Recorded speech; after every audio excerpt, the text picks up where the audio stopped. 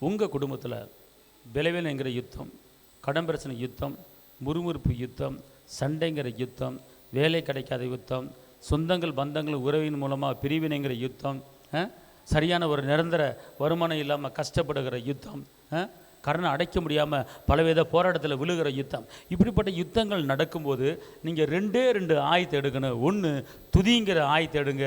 யோசபாத்தை ஜெயித்தார். ரெண்டாவது, தாவீது அந்த பெரிய கோலியத்தை அந்த சவுல் இராணுவமே என்ன செய்யுது, ஆயிரக்கணக்கான இராணுவமே பயப்படுது. ஆனால் இந்த ஒரு தாவீது ஒரு காரியம் செய்கிறாரு. நீ நிந்தித்த தேவனாய நாமத்தில் உன்னை சங்கரிப்புன்னு சொல்லி கோலியத்தை முறியடித்தார். அதே போல் நம்முடைய வாழ்க்கையில் கோலியாத்து வருவான், ஆமான் வருவான், அமோனியர் வருவாங்க, எல்லாம் வருவாங்க.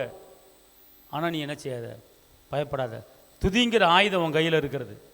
இயேசுங்கிற நாம உன் வாயில் இருக்கிறது. விசுவாசம் ஒன்று கேடகம் ஒன்றை இருக்கிறது. தேவ வசனமாக ஆவியின் பட்டை ஒன்று இருக்கிறது. நீ எடுத்து போராடி என்ன செய்யலாம், ஜெயிக்கலாம். அல்லேலூயா.